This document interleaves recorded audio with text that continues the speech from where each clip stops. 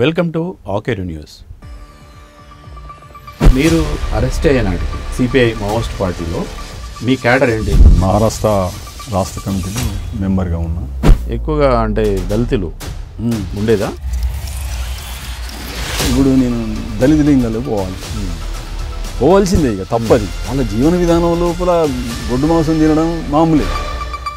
మొత్తం అన్ని తోరణాలు కట్టిండ్రు ఇంటి పక్క పంటి తోరణాలదే తీసి అండిండ్రు.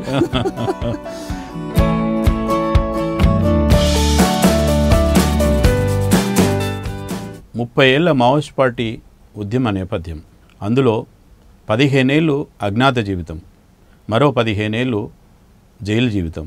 జైలు జీవితం అంటేనే అత్యంత దుర్భర జీవితం. అందులో అండాసెల్ అంటే అత్యంత కఠిన కారాగార శిక్ష అనుభవించడం అని అర్థం. అదేవిధంగా పూర్వపు కరీంనగర్ జిల్లా, నేటి హనుమకొండ జిల్లా భీమదేవరపల్లి మండలం మాణిక్యపూర్కు చెందిన ఉగ్గే చంద్రమౌళి అలియాస్ మదన్ లాల్ ఇప్పుడు మన ఆకేరు స్టూడియోలో ఉన్నారు. ఆయనతో మాట్లాడి ఆయన మావోయిస్ట్ పార్టీ ఉద్యమ నేపథ్యం గురించి ఇప్పుడు తెలుసుకుందాం. అన్నా నమస్తే. నమస్తే. ఎట్లున్నారు? ఠీక్ హై, బహుత్ బడియా. అచ్చా, అంటే మహారాష్ట్రలో ఎక్కువగా పనిచేయడం వల్ల హిందీ ఎక్కువగా వచ్చిందంటారా? మొత్తం మీద ఏంటంటే నేను డీకే పోయిన తర్వాత దండకారణ్యం పోయిన తర్వాత అక్కడ అవసరం కూడా ఏర్పడ్డది. ఎందుకంటే అక్కడి ప్రజల జీవన విధానం, భాష వేరు ఉన్నాయి.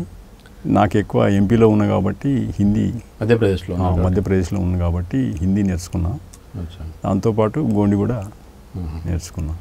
దాదాపు 15 ఏళ్ళు జైలు జీవితం అనుభవించారు కదా. ఇప్పుడు ఏం చేస్తున్నారు?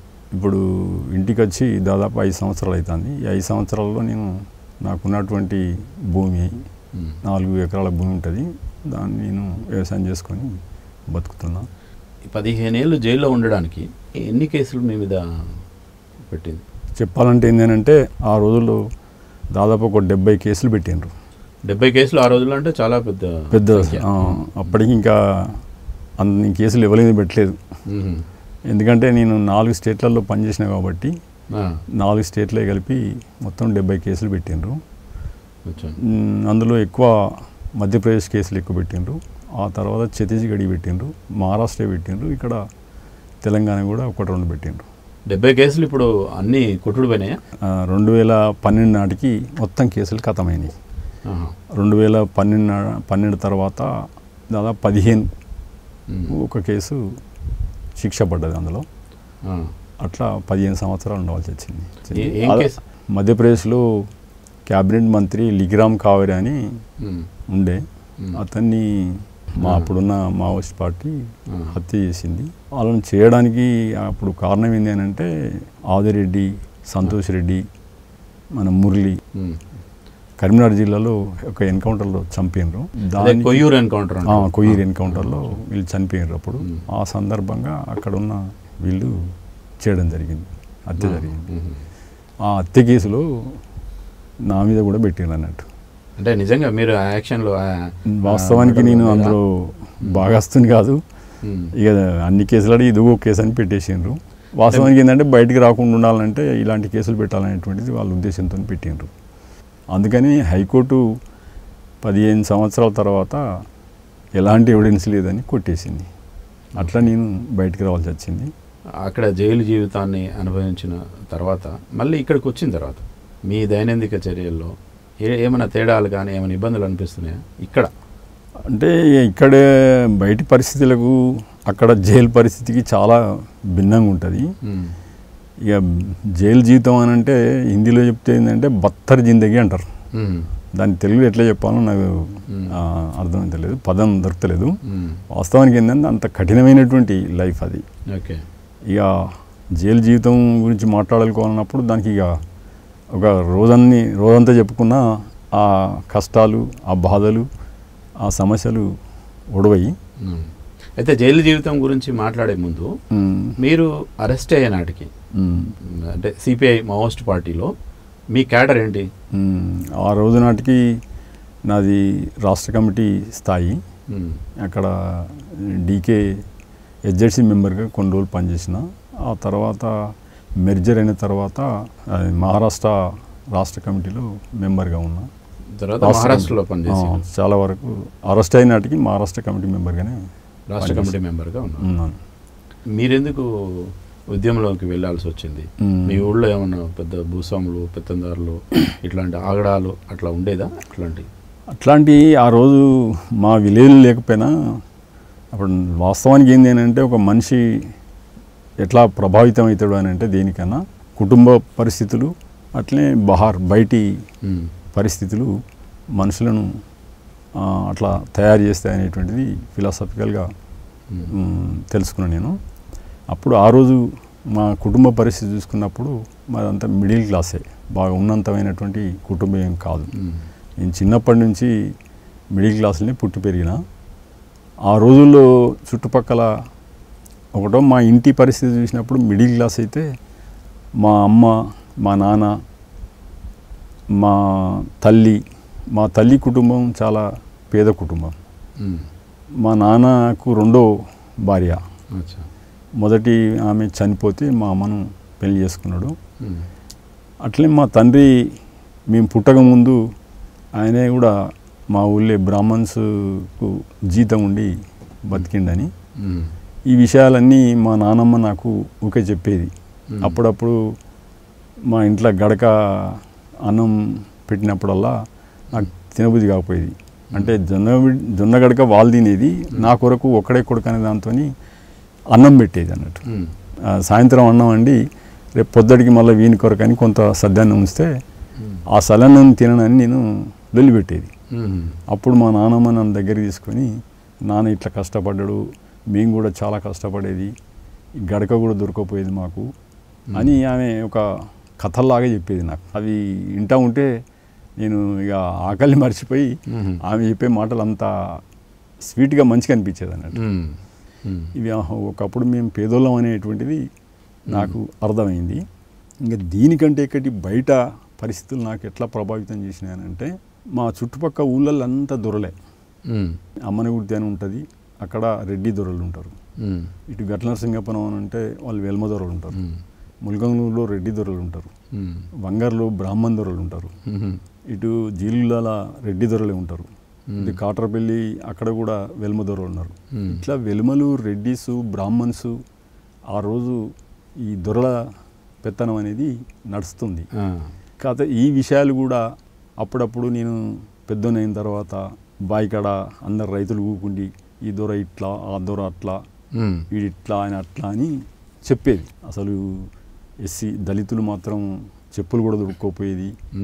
అవన్నీ ఒక కథలాగా నాకు అప్పుడప్పుడు వాళ్ళు మాట్లాడుకున్న వెతల కష్టాల గురించి మాట్లాడుకుంటూ ఇవన్నీ చెప్తా ఉంటే నిజం అంత జరిగిందనేటువంటిది అనిపించేది. అట్లా ఈ బయటి సొసైటీలో ఉన్న ఈ దొరల కల్చరు, ఫ్యూడల్ విధానాలు ఇవన్నీ నన్ను ఇటు బయటిది ఇటు ఇంటి పరిస్థితి ప్రభావితం చేసినాయి. ఇంకొకటి మా ఇంటి పరిస్థితి లోపల ఒక్కటి విషయం ఏంటంటే, మా తల్లి పేదరికమే వాళ్ళది.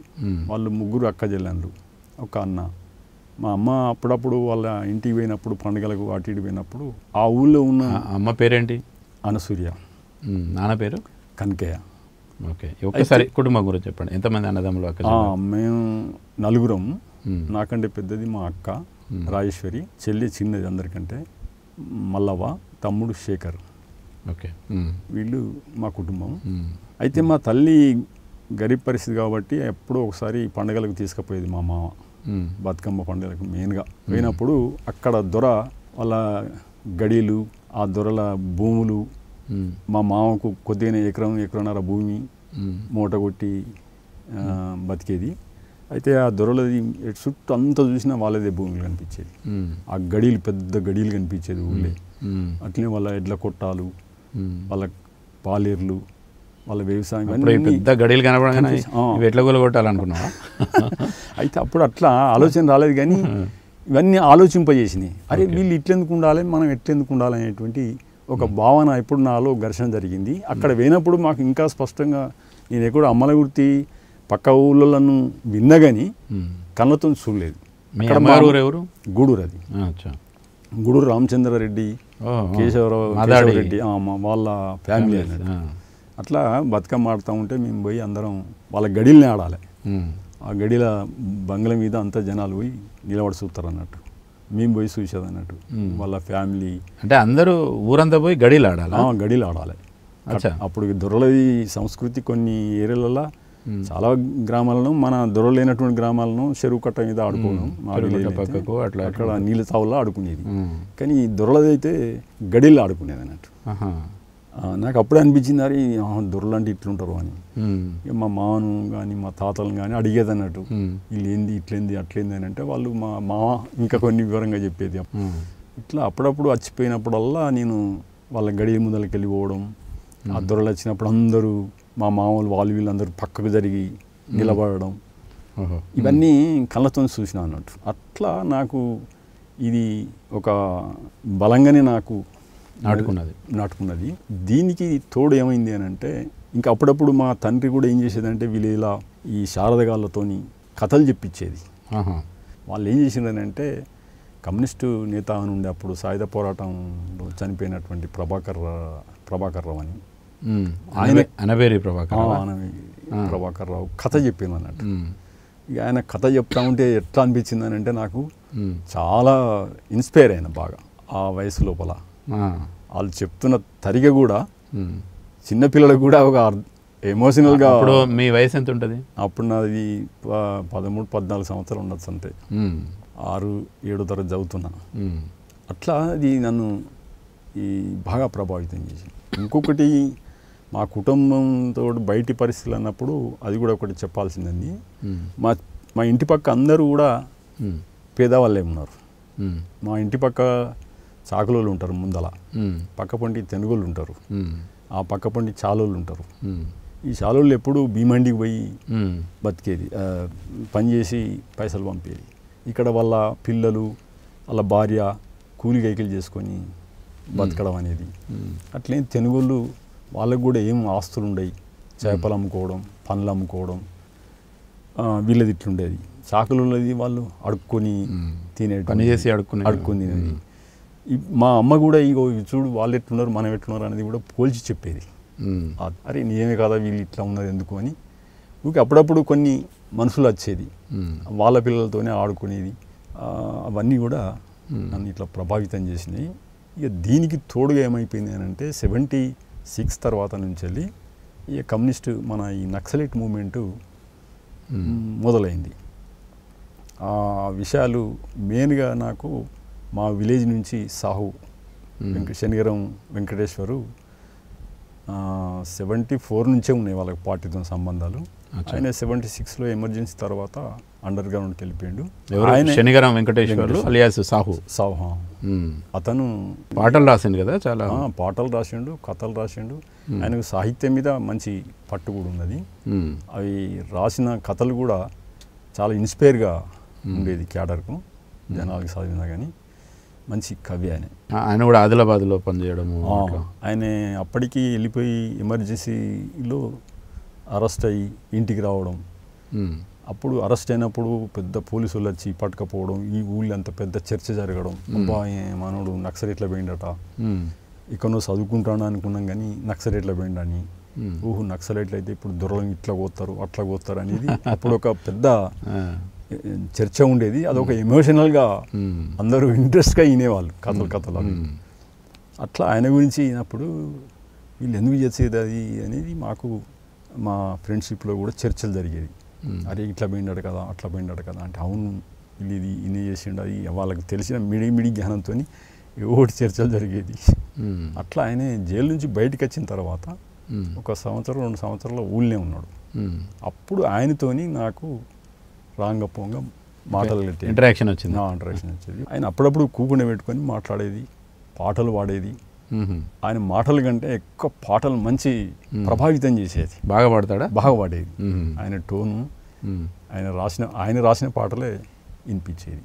దాని ముందు ఇంటరాక్షన్ చెప్పి పాట పాడితే మాకు మంచి ఇన్స్పైర్గా ఉండేది. ఆ తర్వాత మేము అన్ని డౌట్స్ అడిగేది, బాయికాడ పోయేటప్పుడు లేకుంటే బాయికాడ కూకున్నప్పుడు. ఆయన వచ్చిండు అని అంటే పోయి ఆయనతోనే టైం పాస్ చేసేది. ఆ ఉన్నంతసేపు అయినా కానీ ఏవో ఉట్టి బాతకాన్ని కాకుండా రాజకీయాలు మాట్లాడేది. ఆయన కూడా కొన్ని కావాలని ప్రశ్నించి దానికి జవాబు చెప్పి నాకు రాజకీయాలు చెప్పేది. అట్లా నాకు ఆ ఫెడరలిజం సంబంధించిన రాజులైతే మన దొరలై కథలు ఈయన దాన్ని రాజకీయంగా మాకు అర్థం చేయించాడు. సమాజం ఇట్లా డెవలప్ అయి ఉన్నది, ఇది ఉన్నటువంటిది, దీన్ని మార్చడానికి కమ్యూనిస్టులు ఈ విధంగా ప్రయత్నం చేస్తారనేటువంటిది అట్లా మాకు చాలా రోజులు ఆయనతో నేర్చుకున్నాం. ఆయనే రాజకీయాలు చెప్పుడు కాకుండా సాహిత్యం మీద దృష్టి పెట్టాలనేది, చదవాలనేది, ఇవన్నీ మాకు అట్లా పార్టీ పట్ల ఆకర్షితులం అయినాం. అట్లా ఫస్ట్ 78 నుంచి ఇక నా కార్యక్రమాలు అనేటువంటి స్టార్ట్ అయినాయి. మీరు ఇక పీపుల్స్ వార్ పార్టీ ఉద్యమంతో మీరు అంటే పూర్తి స్థాయిలో ఉన్నప్పుడు మీరు చేసిన అంటే మొదటి అంటే కార్యక్రమం కానీ కార్యాచరణ కానీ ఏం చేసిండ్రు? ఈ విషయానికి వచ్చినప్పుడు ఏంటంటే మేము ఎట్లయితే ఆకర్షితులు అయిపోయిన తర్వాత ఇక ఊళ్ళే ఆర్గనైజర్ రావడం, పార్టీ ఆర్గనైజర్, అప్పుడు ఉన్నటువంటి ఆర్గనైజరు సదానందం అని, ఆయనతో పాటు మా ఊరి నుంచే జగన్నాథం అని, వీళ్ళిద్దరూ ఆ ఏరియా ఆర్గనైజర్గా పరిచయం చేసిండ్రు. అయితే వాళ్ళు వచ్చి ఇక వాళ్ళు కూడా మాట్లాడమే కాకుండా మనం సంఘం పెట్టుకోవాలి, దీని ఉద్దేశం ఇది, దీన్ని ఫుల్ఫిల్ చేయాలంటే, ఈ లక్ష్యాన్ని చేరుకోవాలంటే ఈ నిర్మాణం అవసరం, ఈ నిర్మాణంలో ఉండి మనం ప్రజలకు సేవ చేయాలి, మన రాజకీయాలు జనం దగ్గరికి తీసుకుపోవాలి అని వాళ్ళు ఊళ్ళే సంఘాన్ని ఏర్పాటు చేయడం, ఆ సంఘంలో మేము సంఘ అధ్యక్షునిగా ఉండడం, ఇంకా కొంతమంది యూత్ మాతో తయారు కావడం, అట్లా విలేజ్లో ఫస్ట్ మా కార్యక్రమం ఇచ్చిందంటే ఈ రైతులకు రాత్రి స్కూల్ చెప్పాలని, ఆ స్కూల్లో చాలామందిని మేము కూడగట్టి పాఠాలు చెప్పడం, చదువురాని వాళ్ళకు చాలామందికి విద్య చెప్పినాం. అట్లా గవర్నమెంట్ అప్పటికి వయోజన విద్యా కార్యక్రమం ఏదో అమలు చేస్తున్నట్టున్నాయి కదా. అవి ఉన్నప్పటికి కూడా ఏంటంటే అవి కొన్ని దగ్గర జరిగినాయి. కాకపోతే ఏంటంటే పార్టీ తరఫున ఇక మాకే ఒక బాధ్యత చెప్పింది, మనం ఈ పనులు చేయాలి, ఎడ్యుకేటెడ్, మీరు రాత్రి బడులు నడపాలి, రాత్రి బడులు నడపాలి, ఊళ్ళే సమస్యలు పరిష్కరించాలి, అట్లే ప్రచార కార్యక్రమాన్ని కూడా కొనసాగించాలి, జనాలకు మన రాజకీయాలు మీకు ఎంత అర్థమైతే అంత చెప్పాలి. అట్లే ఊళ్ళే లైబ్రరీ పెట్టినాం మేము. ఆ లైబ్రరీ కొరకు మొత్తం యూత్ అంతా కూడా కట్టి ఒక రోడ్డు కార్యక్రమం ఉంటే ఆ రోడ్డుకు మట్టి పోసి ఆ కాంట్రాక్టర్ దగ్గర మేమే పైసలు ఆ మట్టి పోసి దాని పైసలు మేము తీసుకొని మీరు యూత్ అంతా కలిసి పనిచేసి కూలీల స్థానంలో మేము పనిచేసి ఒక లైబ్రరీ పెట్టినాం పెద్దది. పత్రికలను చదవటాలకు చదవాలని చెప్పడం, పత్రికలను ఒక దగ్గర పెట్టి మెయింటైన్ చేయడం, ఇటు స్కూల్ నడపడం, అట్లే మధ్యలో విలేజ్ల పక్క విలేజ్లకు పోయి క్యాంపెయిన్ చేయడం, పార్టీ రాజకీయాలు చెప్పడం, పాటలు పాడడం, అక్కడటువంటి యూత్ను పరిచయం చేసుకొని పార్టీ వాళ్ళకు చెప్పడం, ఇది ఆ రోజు ఫస్ట్ స్టార్టింగ్లో మాకు ఇచ్చినటువంటి కార్యక్రమం. ఆ కార్యక్రమంలో భాగంగా ఇలాంటి పనులు చేసినాం. విలేజ్ క్యాంపెయిన్లో ఏమైనా ప్రత్యేకమైన అనుభవాలు ఉన్నాయా? ప్రత్యేకమైనటువంటి చాలా ఉన్నాయి ఆ రోజు చేసినటువంటివి కూడా. పక్క విలేజ్లలో ఇక మేము ఎప్పుడైతే క్యాంపెయిన్ అయిన తర్వాత జనాలు మా సమస్యలు చేయాలనేటువంటిది చెప్పడం వచ్చింది. దాని కొరకు మేము కూడా సాధ్యమైనంత వరకు చేయడం, లేకుంటే పార్టీ వాళ్ళకు చెప్పడం, వాళ్ళు తీసుకుపోయి ఎట్లా చేయాలో అనేది వాళ్ళు చేసే పని చేశారు. అయితే ఆ రోజుల్లో మాకు ఒక ప్రత్యేక ప్రోగ్రాం క్యాంపెయిన్లో మాకు వచ్చింది ఏంటి అని అంటే తునికాకు సమస్య ఉంది ఆ ఏరియాలో. మాణిక్యపురం విలేజ్లో లేదు కానీ బంగార, బొల్లునిపల్లె అని, శివరాంపల్లె, రాయికల్లు, మన ఇంకా కొన్ని గ్రామాలు అట్లా ఆ గుట్టల పక్క పండున్న విలేజ్లన్నింటిలో తునికాకి ప్రాబ్లం వచ్చింది. అయితే అందులో చాలా కాంట్రాక్టర్లు తక్కువ పైసలు ఇచ్చి ఎక్కువ దోపిడీ చేసేది. దాని గురించి మేము అప్పుడు కార్యక్రమం తీసుకోవాలనేది పార్టీ ఇచ్చిన పిలుపు. అది తునికాకు ధరలు పెంచాలి, అందులో ఉన్నటువంటి దోపిడీ పద్ధతులను అరికట్టాలి, అవి ప్రజలకు అర్థం చేయించి ప్రజలను సమ్మె చేయించాలి అనేటువంటిది చెప్పడం జరిగింది. ఆ కార్యక్రమంలో పోయినప్పుడు మేము ఇక మొత్తం ఒక విలేజ్ని అంటే ఇల్లు నిడిచిపెట్టి ఒక 4-5 రోజులు కాదు, ఆ సమ్మె సక్సెస్ అయ్యేంతవరకు దాకా మొత్తం ఊరు తిరిగి జనాలను కూడగట్టడం. అప్పటికి జనాలకు అసలు ఈ తునికాకు రేట్లు ఇవన్నీటువంటి తెలియదు వాళ్ళకి, అది మనం కొత్త. అంటే అట్లా సక్సెస్ అయినరా మరి? అట్లా ధర పెంచిరా? పెంచారు. కాంట్రాక్టర్ ఎక్కడికక్కడ జనాలు బంద్ పెట్టేసారు. బంద్ పెట్టిన తర్వాత వాళ్ళకి కూడా కొత్త సమస్య వచ్చింది. ఇది ఎవరు అయింది అనేటువంటిది వచ్చినప్పుడు మేము వాళ్ళతో పోయి మాట్లాడినాం. ఖచ్చితంగా మీరు చేయాలి, ఈ ఆకు దోపిడీ చేస్తాను, మీరు పైసలు రాసి ఇచ్చిపోతాను చిట్టీల మీద, ఆఖరికి పోయేటప్పుడు కూడా జనాలకు పైసలు ఇస్తలేరు, అట్లనే అక్కడ మహిళలతో కూడా మీరు మంచిగా వ్యవహరిస్తలేరు, మూడవది తక్కువ పైసలు ఇచ్చి, ఇవన్నీ మీరు సాల్వ్ చేయాలని అంటే అప్పుడు కొద్ది రోజుల దాకా వాళ్ళు మొండికేసి ఒప్పుకోలేదు. అయితే జనాలు మొత్తానికి బంద్ పెట్టారు కాబట్టి ఇది తప్పట్లేదు అన్నట్టు దాంతో అప్పుడు ఎంత 6 పైసలు 5 పైసలు ఉంటే వాడు 6 పైసలు 7 పైసలు చేసిన వాళ్ళు, అంతే తప్ప ఇక పెద్ద పెంచింది ఏం లేదు. ఇక మాకు కూడా అంత తెలియదు, సరే అంతైనా చేయించినా కానీ ఒకటి విజయం సాధించడం అనేటువంటిది మాకు కూడా ఫీల్ అయినాం. అయితే ఆ సందర్భంగా ఇక పోలీసు వాళ్ళు కూడా మా వెంట పడడం జరిగింది. విలేజ్లో వీళ్ళు పోయి కాంట్రాక్టర్స్ పోయి చెప్పుంటారు. ఆ సందర్భంగా ఒకటి ఘటన ఏం జరిగింది అని అంటే, మేము విలేజ్కి తిరుక్కుంటూ చెప్పుకుంటూనే వంగర విలేజ్కి వచ్చిన రోజు, ఆ రోజు జనాలకు ఇక మంచి ఖుషి అయినరు, రేటు పెరిగింది, పైసలు కూడా ఏంటే వేయాలన్నారు. అట్లే అందులో ఉన్నటువంటి బాధక సాధకాలు అన్నిటికీ వాళ్ళు ఒప్పుకున్నారు కాబట్టి జనాలకు ఆ 2 పైసలు పెరిగినా కానీ చాలా ఇన్స్పైర్ అయినారు. ఇన్స్పైర్ అయిన సందర్భంగా ఇక మేము అందరికీ చేతులు చేయగలిపి పోతామనేసరికి ఏంటంటే ఒక అతను వచ్చి, ఒక 2-3 వచ్చి, అన్న మీరు ఉట్టిగా పోవద్దు, అక్కడ హోటల్స్ అనేటువంటి అప్పుడు ఆ ఊళ్ళో ఒకటే ఒక వంగర్లో కనిపించింది, చాలా విలేజ్లో ఉండకపోయేది ఆ సంస్కృతి అప్పుడు. ఇంకా కానీ ఎందుకో ఆడ ఆ దొర గడి ముందరనే పివి నరసింహారావు దొర గడి ముందరనే ఒక హోటల్ పెట్టిండ్రు. ఆ హోటల్లో తీసుకుపోయాడు. హోటల్ తీసుకపోతే ఆ హోటల్ ఎంత చిన్నది ఇల్లు, దానికి వెనక దిక్కు దర్వాజా లేదు, ఒకటే దర్వాజా ఉంది. మేము ఇద్దరం పోయినాం, కూకుండి ఛాయ్ తాగినాం, కొత్త టిఫిన్ తిన్నాం, అయిపోయింది. ఛాయ్ తాగినాక ఈ లోపు అప్పుడు ముల్కంలో పోలీస్ స్టేషన్ ఉండే, అప్పుడు పోలీస్ స్టేషన్లో జగన్మోహన్ రెడ్డి అని ఎస్ఐ ఉండే. అప్పటికి పోలీస్ స్టేషన్ ఏంది? భీమదేవరపల్లి పోలీస్ స్టేషన్ అప్పుడు ముల్కంలో ఉండే పోలీస్ స్టేషన్. ఓకే. అప్పుడు విశ్వనాథ్ రెడ్డి ఆయన ఆడబెట్టించుకున్నాడు అన్నట్టుగా తెలిసింది మాకు. అంటే అప్పటికి కొద్దిగా మూమెంట్ పెరిగిన తర్వాత అది ఆడ పోలీస్ స్టేషన్ పెట్టించాడు. ఆ నుంచి వచ్చిండు ఆయన, సుంకరాయన తీసుకొని వచ్చిండు ఆడికి. అప్పుడు సుంకరలు ఉండేది కదా, ఎక్కడో పారానని ఆయన పట్టుకొస్తే అతను నా ముఖం చూసుకుంటా ఎస్ఐ సాబురామ్ అంటాను అన్నాడు. ఎవరు? సుంకరాయన. సుంకరాయన ఇక్కడిక్కన్నాడు అన్న, అంటే ఇక్కడనే ఉన్నాడు అని ఇట్లా చూపిస్తాను అన్న. ఓహో వచ్చిండా, అయిపోయింది అనుకున్నాం. రేపు బయటికి వెళ్ళరా అన్నాడు. అంటే బయటికి వెళ్ళగానే గల్ల పట్టుకున్నాడు. గల్ల పడితే గల్ల ఇడిచిపెట్టింది. నేను ఎటు ఉరుకుతలేను, ఎటు ఉరకను, నాకు అవసరం లేదు అని అంటే గల్లు ఇడిచిపెట్టలేదు. లేదు సార్ మీ ఎటు పోను నేను ఇడిచిపెట్టు అని అంటే గల్లు ఇడిచిపెట్టి చేయి పట్టుకున్నాడు. ఇంట్లో నుంచి వెళ్ళంగానే పిస్టోల్ చూపించాడు. పిస్టోల్ చూపించి గల్ల అందుకున్నాడు. తీసుకుపోతుంటే కొద్ది దూరం పోగానే ఇక నాకు ఆడ సంధి ఉంటుంది, అది ఊరు మీద నాకు చాలా కొంత పట్టు ఉన్నది కాబట్టి ఇన్నంగా పోవచ్చు, ఈతో ఏం కాదని ఒక్క జటికిచ్చి ఇట్లా అనగానే విడిచిపెట్టిండు ఆయన. అటు దుబ్బేసి ఆ బాట పట్టుకొని ఉరుకుతాను. పడిపోయాడు ఆయన, ఇట్లా మొగ్గిపోయాడు. ఆయనకి మళ్ళీ ఇటు తిరిగి అందుకోవడానికి అవకాశం లేకుంటే దుబ్బంగానే ఆయన కొద్దిగా మొగ్గిపోయాడు. ఆయన కూడా ఏం జరిగిందా అన్నట్టుగా ఫీల్ అయ్యాడు, అనుకున్నాడు, నమ్మాడు. అట్లా ఏమైంది అని అంటే ఇక నేను ఉంటే మళ్ళీ వీళ్ళు ఎంబడబడతారని పరిగెత్తిన. ఆయన సైకిల్ మోటార్ తీసుకొని ఆయన మడబడ్డాడు. అరే పోకురా కాల్తా అని మడబడ్డాడు. కొద్ది దూరం పోగానే ఊరు ఎంటర్ అయినాగానే ఆ ఎనుగులు వచ్చినాయి. ఆ ఎనుగులు దునికి అవతల పడ్డా.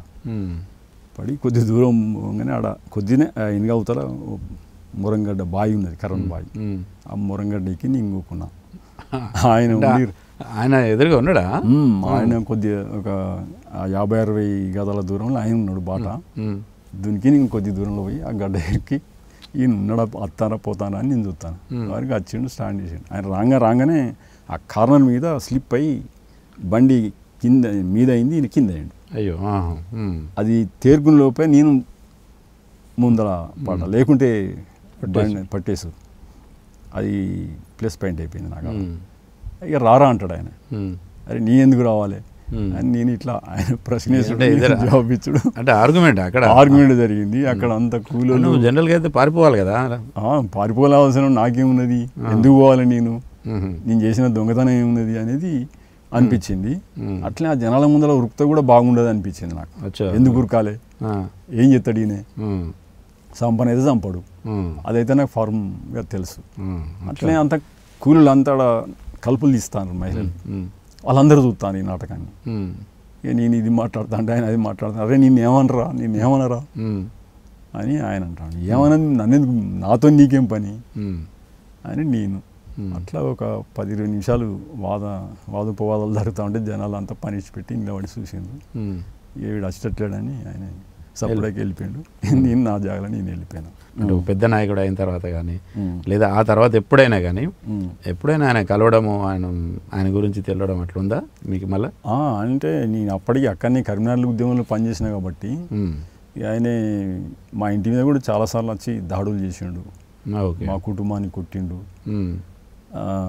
మిగతా పోలీస్ స్టేషన్లలో ఉన్నప్పుడు కూడా చెప్పంపడం నా గురించి తెలుసు కాబట్టి. ఆయన అసలే గాయపడ్డ పులి, ఆయనకి చాలా ఒక అవమానంగా ఫీల్ అయ్యిండు.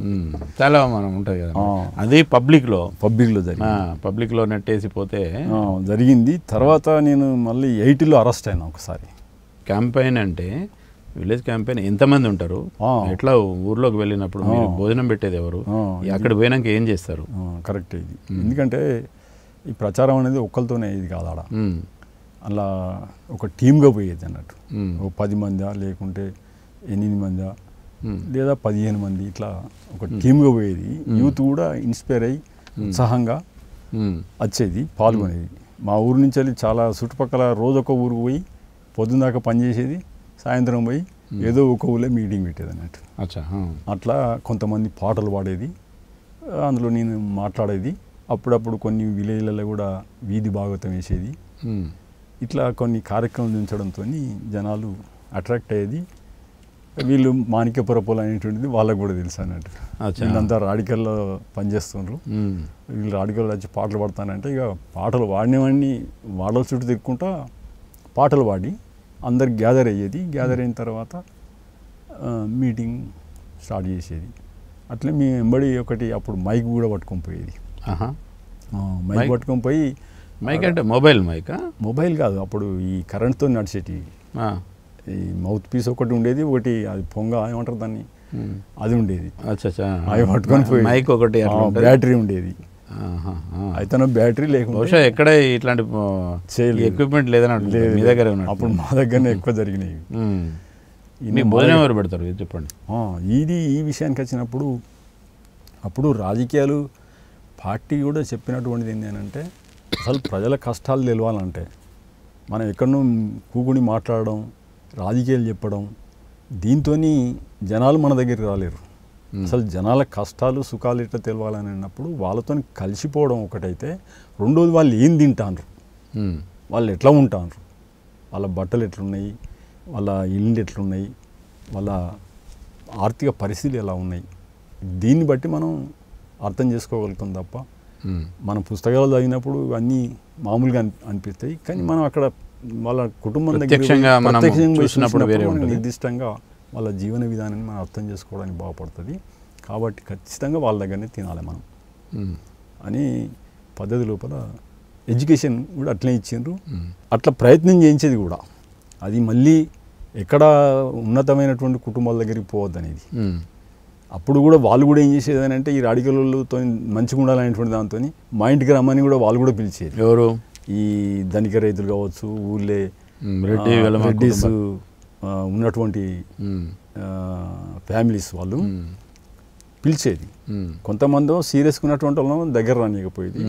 కొంత మిడిల్ పెద్ద దొరలు, పెద్ద భూస్వాములు అయితే వాళ్ళు రానియకపోయేది, వాళ్ళ అబ్బాయి వీళ్ళ దగ్గర రానియకపోయేది. కొంత మాత్రం మిడిల్గా ఉన్నటువంటి వాళ్ళు మాత్రం పిలిస్తే వాళ్ళ దగ్గర కూడా పోకపోయేది, పోవద్దు అని చెప్పాను. అయితే పూర్తి పేదోళ్ళు అయితే మనం పోతే తప్పేం కాదు. కాకపోతే ఏంటంటే మనం ఈ కింది వర్గాలను మనం కూడగట్టాల్సిన అవసరం, విప్లవం ఎవరికైతే అవసరం ఉందో గవాళ్ళ దగ్గరికి మనం పోవాలి. అణచివేతకు గురి అయ్యేటువంటి వర్గాలు ఎవరైతే ఉన్నారో వాళ్ళ దగ్గరికి మనం. అట్లా ఎవరి దగ్గర పోయేది మీరు? చాలా వరకు ఏంటి అని అంటే ఎస్సీ వాడలకు పోయేది, ఈ చాకలోళ్ళ వాడలకు పోయేది, తెనుగోళ్ళ వాడలకు పోయేది. ఇవన్నీ వాడలకు మీటింగ్ పెట్టి మళ్ళీ ఒకటి సెంట్రల్లో ఒక మీటింగ్ పెట్టి అయిపోయిన తర్వాత మరి ఆ మీటింగ్ లోపటినే మీరు అన్నం పెట్టాలని, ఆ అన్నం పెట్టడానికి కొందరు అందరి ముందర సిద్ధం కాకపోయేది, ఎక్స్పోజ్ అవుతామని.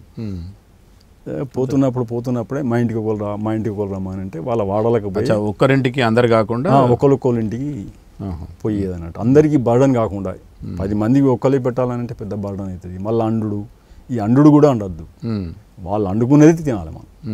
మన కొరకు అండినప్పుడు వాళ్ళ బతుకు తిరిగి గురించి ఎట్లా తెలుస్తుంది? అన్నలు వచ్చారు అని చెప్పి కోని కోసుడు మేకన్ కోసుడు అట్లా లేదా? ఇది తర్వాత జరిగినాయి అటువంటి పరిస్థితులు. ఎప్పుడు వచ్చినాయి అని అంటే ఆర్గనైజేషన్ ఇప్పుడు ఈ మేకల కోళ్ళకు సంబంధించిన విషయం మనం తర్వాత మాట్లాడుకుందాం. ఇప్పుడు అయితే మీరు ఇంట్లోకి పోయినప్పుడు అంటే మీరు ఎంత లేదన్నా ఒక మధ్యతరగతి జీవితం ఇది, ముఖ్యంగా ఎస్సీ ఎస్టీ అట్లా వాడలకు పోయినప్పుడు వాళ్ళు నిజంగా అట్లా ఆదరించేదా?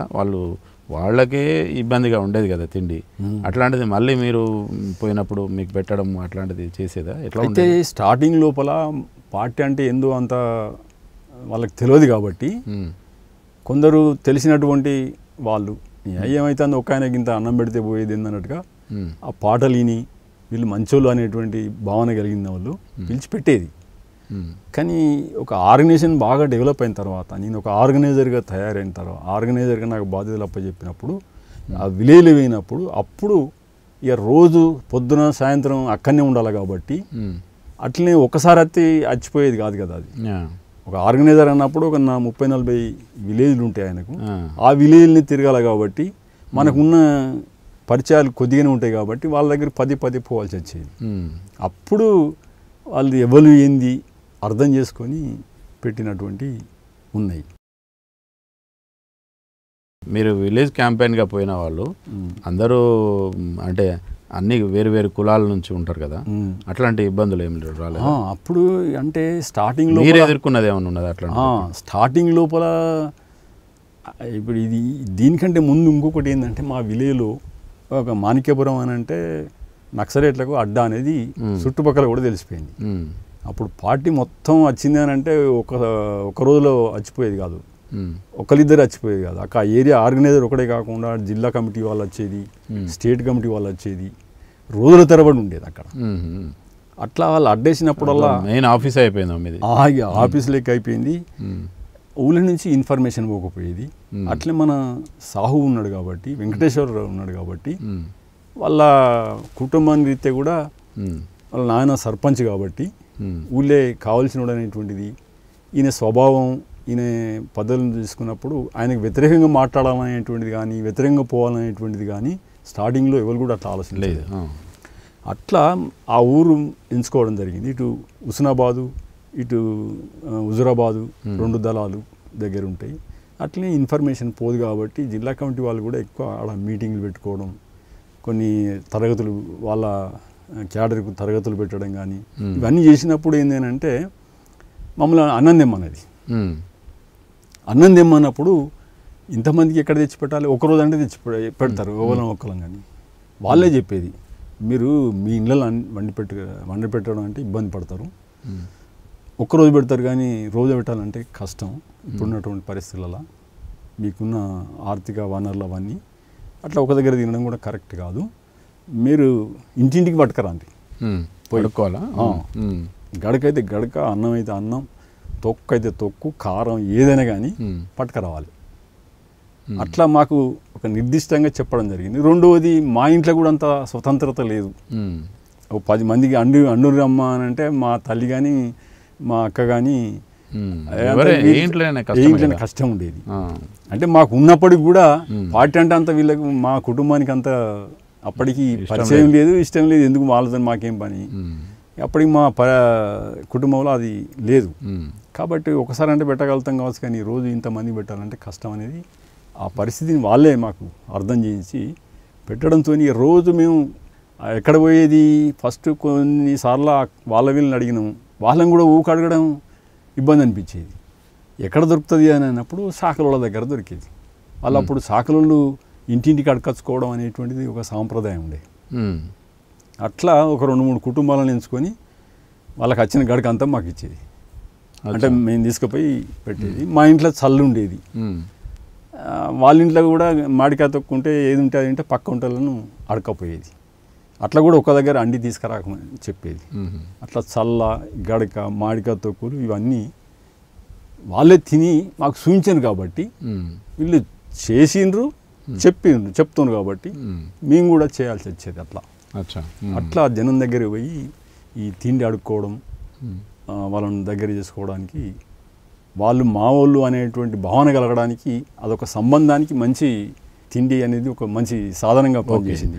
జనరల్గా ఇప్పుడున్న మీరు చెప్పిన ఈ ఫస్ట్ ఆర్గనైజేషన్లో అంటే లీడర్ స్థాయి కానీ క్యాంపెయిన్లో ఉన్న వాళ్ళు కూడా ఎక్కువగా అంటే దళితులు ఉండేదా? అంటే ఈ లీడర్షిప్ క్యాడర్లో కానీ అయితే ఫస్ట్ స్టార్టింగ్లో ఆర్గనైజేషన్ స్టార్ట్ అయినప్పుడు నాకు ఆర్గనైజర్లలో కానీ మిగతా కమిటీలలో కానీ ఎక్కువ కనిపించలేదు. అప్పుడు నేను ఆర్గనైజర్గా బయలుదేరిన తర్వాత అంటే ఇల్లు విడిచిపెట్టి పూర్తి కాలం పనిచేయడానికి తయారైన తర్వాత ఆ రోజు చాలా విమర్శలు కూడా ఉన్నాయి. ఇల్లు దానిలో కూడా అంతా రెడ్డీస్ ఉన్నారు, బ్రాహ్మణ్స్ ఉన్నారు, ఏసీ దళితులేరి, చాకలోళ్ళేరి అనేది కొంతమంది బుద్ధిజీవులు విమర్శలు చేసినారు, వ్యతిరేకం ఉన్నటువంటి వాళ్ళు. లేదు కొంతమంది నిజంగానే సహజంగానే మాతో కూడా మాట్లాడినారు, ఎందుకు లేరు మీ దానిలో, నిజంగానే మీరు వాళ్ళ కొరకు చేస్తా అన్నప్పుడు మీ దానిలో ఎందుకు లేరు అనేటువంటిది కొంత డెమోక్రటిక్గా ఆలోచించే బుద్ధిజీవులు మాట్లాడేది. అది పార్టీ దగ్గర కూడా చర్చ జరిగింది. అప్పుడు పార్టీ కూడా మాకు ఎప్పుడు ఇదే ఎడ్యుకేషన్ మొదటి నుంచి ఇచ్చింది, కానీ పర్టికులర్గా మనం కింది వర్గాల దగ్గరికి పోయి వాళ్ళని మనం ఎంచుకోవాలి, వాళ్ళతోనే ఉండాలి, వాళ్ళ కష్టాలు ఎందుకు తెలుసుకోవాలి, వాళ్ళని మనం ఎట్లా చేసి పార్టీలోకి తీసుకురావాలి. ఎందుకంటే అణచివేతకు గురైన వర్గమే ముందు ఉండాలి, సమస్య వాళ్ళది. మరి వాళ్ళే ముందు లేకపోతే ఈ ఉద్యమం ఎట్లా ముందుకు పోతుంది, మళ్ళీ ఇది ఉన్నంత వర్గాల వాళ్ళ చేతికి పోతే ఎడిపోతుంది. కాబట్టి కార్మిక వర్గం నుంచి రావాల్సినటువంటి ఎట్లా వచ్చిరా తర్వాత ఇప్పుడు ఫస్ట్ దళితుల ఇళ్ళలో పోవడం, మిగతా లో క్యాస్ట్ వాళ్ళ దగ్గరికి పోవడం, ఇవన్నీ జరిగినాయి. కానీ నేను కూడా అప్పటికి ఒక వర్గం నుంచి వచ్చిన కాబట్టి, నేను కూడా ఒక సమాజంలో పుట్టి 20 సంవత్సరాలు బతికిన కాబట్టి నాకు కూడా కొన్ని అలవాట్లు, ఆ కల్చరు, అదే దళితులు అంటే మాదిగోళ్ళు అని, వీళ్ళు చాకోళ్ళు అని, వీళ్ళు తెనుగోళ్ళు అని. ఆ రోజు ఇంకోటి ఏంటి అని అంటే అసలు మా ఇంటి పక్క మా చాలోళ్ళు కూడా మా ఇంట్లోకి రానియకపోయేది. మా నాన్నమ్మ అలా నీళ్ళు ముట్టుకోనియకపోయేది, వాళ్ళ ఇంటికి రానిపోయేది. నేను ఎప్పుడన్నా ఈ కటింగ్ చేయించుకొని వస్తే, మంగళోళ్ళ ఇంటికి పోయి కటింగ్ చేయించుకొని వస్తే నన్ను మొత్తం బట్టలు ఇడిచి ఆడబెట్టు అనేది, ఇడిచి స్నానం చేయించేది. అట్లా ఆ రోజు చాలలో కూడా ముట్టుకొనియకపోయేది. అట్లా అవన్నీ కూడా నా మీద కూడా వీళ్ళు చాలోళ్ళు, వీళ్ళు సాకులోళ్ళు, వీళ్ళు ముట్టుకోవద్దు, ఎందుకు ఇట్లా ఉండాలి అనేది వచ్చేది. కానీ ఇది ఎప్పటి బట్టి ఉంటుంది అనే భావన నాలో కూడా నరనరన అది కూడా జీర్ణించుకోపోయింది. ఒక 20 సంవత్సరాలు నేను పుట్టి పెరిగిన కాబట్టి పోయినప్పుడు తినే కాడ, ఉండే కాడ ఎట్లా ఏమి ఎదురైంది మీకు? అవన్నీ సమస్యలు ఎదురైనాయి. ఇప్పుడు నేను దళితుల ఇళ్ళలో పోవాల్సిందే, ఇక తప్పది. నువ్వు కాదని ఇంకెక్కడికో పోతే నడవదు కదా, మనం అనుకున్నది ఒకటి చేసేది ఒకటి ఉండద్దు కదా. పోయినప్పుడు వాళ్ళ పూరు గుడిసెలు ఉండేది, చాలా గుజ్జి ఉండేది. ఫస్ట్ తింటా ఉంటే నిజంగా కూడా నాకు గొంతు జారకపోయేది. అన్నం పెట్టి పక్క బండి కూకుండేది వాళ్ళు, ఎట్లా తింటాడని. నేను ఒక పరీక్ష అన్నట్టు చూస్తే పెద్ద కులపైన ఉన్నాడు. అట్లే నా రూపురేఖలు చూసినప్పుడు ఈయన ఎవరు బ్రాహ్మడో రెడ్డోడు అన్నట్టుగా ఆలోచించేది. అట్లా వాళ్ళు చూసి నన్ను టెస్ట్ చేస్తానని నాకు కూడా అనిపించేది. ఎంత కాదన్నా కానీ కనిపించేది అవి. దీనికంటే ఇంకొకటి ఏంటి అని అంటే, ఈ మొక్కజొన్న గడక అంటే కదా అప్పుడప్పుడు తిన్నా కాబట్టి తిన్నాం. వాళ్ళ జీవన విధానం లోపల గొడ్డు మాంసం తినడం మామూలే దళితులకు. మరి వాళ్ళ అలవాట్లలో వాళ్ళతో కలిసిపోవాలన్నప్పుడు వాళ్ళు ఏ తిన్నా మనం పెట్టినా తినాలి. అట్లా నాకు ఒకసారి ఈ ఎస్సీ వాళ్ళ ఇళ్ళలో పోయినప్పుడు మొత్తం అన్ని తోరణాలు కట్టినారు ఇంటి పక్క పంటి. ఇంట్లో పోయి ఉంటే వాసన రాబట్టింది. అబ్బా ఇది ఎట్లా బాబు ఇది అని అనిపించింది అన్నట్టు. ఎట్లా తట్టుకోవాలి, మరి వీళ్ళు ఎట్లుంటారు, వాళ్ళకి ఎందుకు అత్తలేదు వాసన, నాకే ఎందుకు అత్తాంది, ఇట్లా నాకు నేను ప్రశ్న వేసుకొని, నేను స్టార్టింగ్ నా జీవితం వేరు, ఈ జీవితం వేరు. ఓహో వీళ్ళు దీనికి అలవాటు పడిపోయినారు, కాబట్టి మనం కూడా దీనికి అది కావాలని అంతే తప్ప ఇంకా దీనికి పరిష్కారం లేదు. వాళ్ళు అరే ఈయన అన్న ఎట్టుంటారా ఇలా పక్కింటి అయినా వచ్చి ఈడ వద్దు వాసన వస్తాను పక్క పండి తీసుకుపోదామని ప్లాన్ చేసారు ఓ రోజు. లేదా అక్కడికి పోతావు నీ రేపు ఇంకో కాడు ఉంటుంది. నా జీవితం ఇదైనప్పుడు ఈ నుంచి మార్చితే లాభం లేదు, నేను కూడా మీ లెక్క దీనికి అలవాటు పడితేనే నేనేమైనా నిలబడతా, లేకుంటే ఇటువంటి చాలా ఊళ్ళాలు ఉంటాయి ఉన్న గడలో నేను దళితుల జీవితాల్లో ఇదే ఉంటుంది కదా. అట్లా ఈ సాగలు నీళ్ళలో పోయినప్పుడు అడకొచ్చిన పెట్టిరా పెట్టి అదే కాకుండా ఏంటంటే వీళ్ళు చేసింది ఇంకొక దగ్గర ఈ తోరణాలదే తీసి వండిండ్రు, వండి పెట్టిండ్రు, పెట్టి మళ్ళీ గట్లకి కూకున్నారు. అబ్బా ఇది ఎట్లా పొద్దుదాకా వాసన వచ్చింది, తినడం అని అంటే మళ్ళీ ఇంకా ఇది చాలా కఠినమైనది చెప్పిన నేను. మరి నాకైతే ఇది అలవాటు లేదు, కొద్దిగానే పెట్టు తింటా, నేను నేర్చుకుంటా, నాకు నేర్చుకోవడానికి కొంత టైం కావాలి, మీరేం ఫీల్ కావాల్సిన అవసరం లేదు, నా కొరకు ఇంకా వేరే ఉండవలసిన అవసరం లేదు, ఇది తింటేనే నాకు అలవాటు అవుతుంది, కాబట్టి కొద్దిగా పెట్టు అంటే వాళ్ళు ఇంత పెట్టింది, ఇన్ని తుణుకలు తీసుకొచ్చి పెట్టింది. అబ్బా ఎట్లా తినాలి చూస్తా అనరు, ఫస్ట్ ముక్క పోయినప్పుడే అంత ఎట్లా అనిపించింది. ఇట్లా క్రమంగా అదిగా దాన్ని నేను ఓవర్టేక్ చేసుకోవాల్సి వచ్చింది, మానసికంగానే నేను తయారు కావాల్సి వచ్చింది. మీరు వచ్చే నాటికి అంటే ఈ 30 ఏళ్ళ మీ ఉద్యమ జీవితం వరకు ఇక మరి ఇట్లాంటి అన్ని ఈ ఆహారాలన్నిటికీ అలవాటు పడిపోయాను. ఏమి తిన్నారు? ఎక్కడికి పోయినా కానీ ఏది పెడితే అది తినడమే, అంతేగా. ఇది మంచిగా ఉన్నది ఇది మంచిగా లేదు అనేటువంటి ఆలోచన రాకపోయేది మీకు అడవిలో. ఇంటికి వచ్చినాక కూడా ఏది పెడితే అదే మామే కానీ మా అమ్మ కానీ, అరే నువ్వు ఉప్పు సప్పగా ఉన్నదనవు, కారం ఉన్నదనవు, దొడ్డు బియ్యం అనవు, సద బియ్యం అనేవి ఏంటరా అంటది మా అమ్మ. అన్ని తింటా ఉంటాను, అట్లా అట్లా అలవాటు అయిపోయింది. అచ్చా ఇట్లా ఏ జంతువులు తిన్నారు ఇప్పటివరకు? నేను అడవి పోయిన తర్వాత అడవి అడవులు, అడవి పందులు, పిట్టలు, అడవి కోళ్ళు, నెమిళ్ళు, దుప్పిలు, కొండెంగలు, కొండెంగలు, కోతులు, ఈ బీఫ్ మన ఈ ఆవుది గుడ్డిది ఇవన్నీ కూడా అలవాటు అయిపోయినాయి. అంటే ఉద్యమము మాణిక్యపూర్ చుట్టూ మిగతాది అంటే ఒక విధంగా అటు వంగర గుట్టలు మిగతాదన్నీ ఉండడం కూడా ఒక విధంగా ఉపయోగపడ్డదేమో. అయితే ఇప్పుడు అగ్రస్థానంలో ఉన్న నాయకులందరూ కూడా ఆ ఏరియాలోనే ఉండేవాళ్ళు, అటే వచ్చేవాళ్ళు అన్నారు కదా, వాళ్ళతో కలిసి ఏమన్నా మీరేమన్నా ఒక యాక్టివిటీస్ అట్లా ఏమన్నా పార్టిసిపేట్ చేసేది? అప్పుడు మూమెంట్ పెరిగినా కొద్దీ పోరాటానికి అడ్డుపడే వాళ్ళు ముందుకు రావడం, ఆ తర్వాత పార్టీ అవసరాల కొరకు కొన్ని ఏం చేశారు యాక్షన్ చేయడం. అప్పుడు నాకు కొత్తగా సమస్య వచ్చింది ఏంటంటే ఆ రోజు పార్టీ ఒక మనీ యాక్షన్ చేయడానికి పిలిపించింది అన్న. Money action? అప్పుడు మనీ యాక్షన్ అనేది ఏం చేస్తారు? మనీ యాక్షన్ అంటే మనీ యాక్షన్ అని అంటే పార్టీ అవసరాల కొరకు డబ్బు తీసుకుపోవడం, ఏ ఉన్నల్లా ఇళ్ళల్లో కావచ్చు. ఫస్ట్ టైం నేను పార్టీలకి ఎవరెవరు ఉన్నారు అప్పుడు మీరు చేసిన దాంట్లో? అప్పుడు ఈ కమలాపూర్ ఏరియాలో గుండేడు అనే ఏదో విలేజ్ ఉండే, నాకు యాదికి లేదు, ఆ ఏరియాలో ఒకటి. అచ్చా ఇప్పుడు ఏంది మనీ యాక్షన్ అంటే?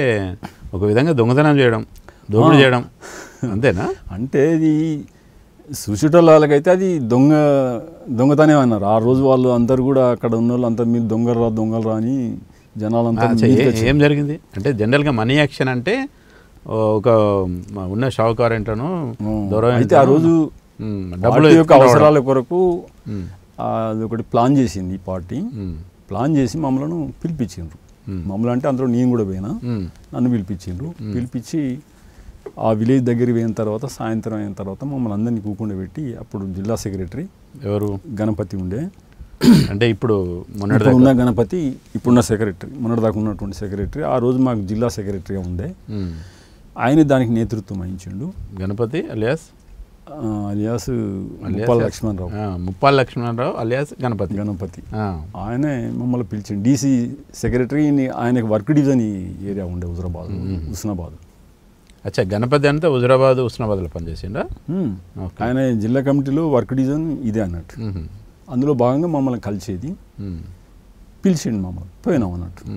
పోతే ఆ విలేజ్కి పోయిన తర్వాత చెప్పిండు, మనం మనీ యాక్షన్ చేయాల్సిన అవసరం ఉన్నది, ఇవాళ పార్టీ అవసరాల కొరకు ఇలాంటి చేయవలసి ఉంటుంది, మనం దొంగతనం చేయాలన్నది అని అనలే.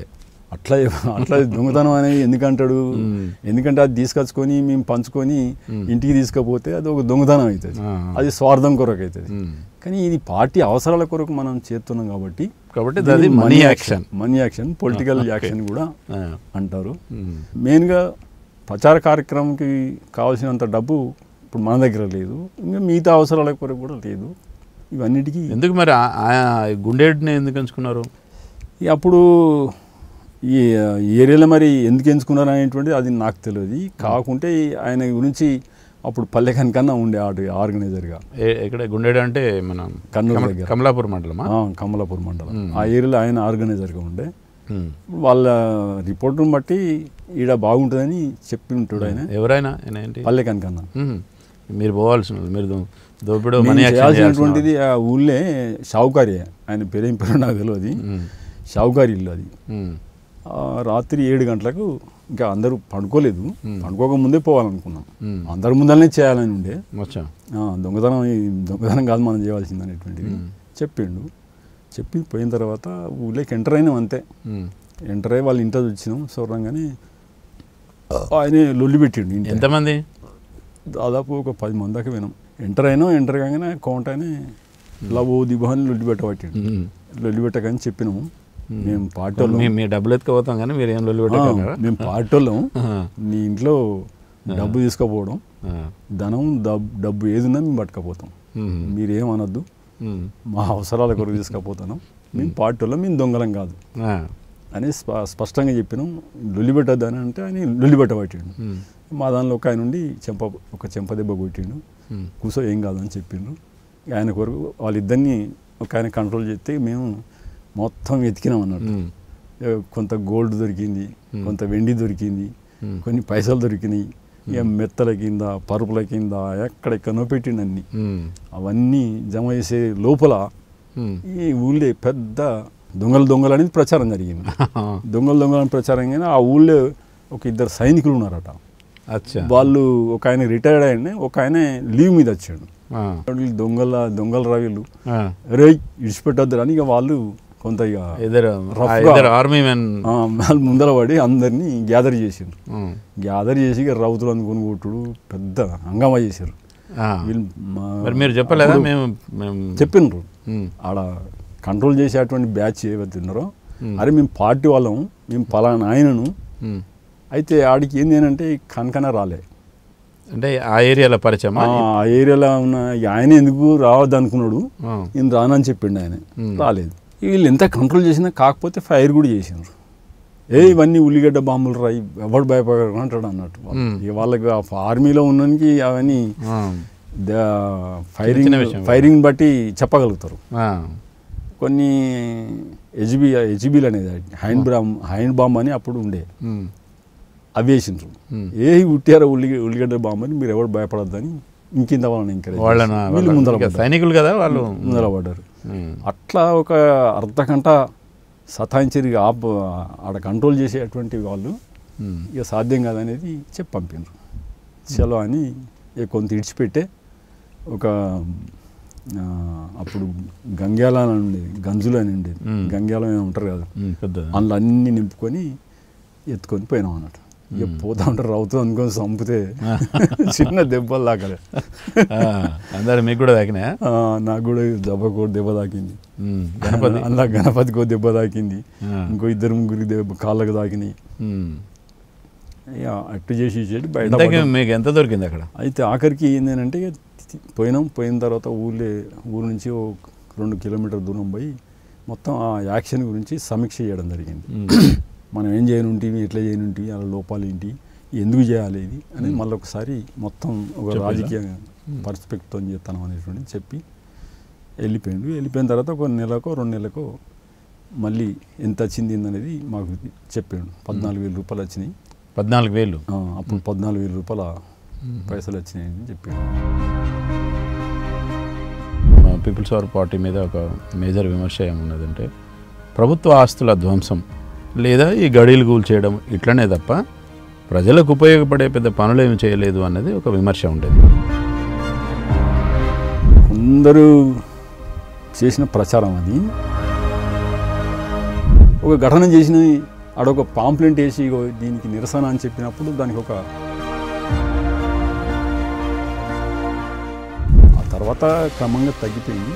మీరున్న టైంలోనే ఏదో కోడి కూర మీ చావుకు వచ్చింది అనేది ఒక ప్రచారం. అది అప్పుడు ఒకటి పెద్ద ఘటన జరిగింది. కోడిని కోసిద్దు అని అంటే ఎవరన్నా అన్నలచ్చిరా అనేది కాడిగిపోయింది.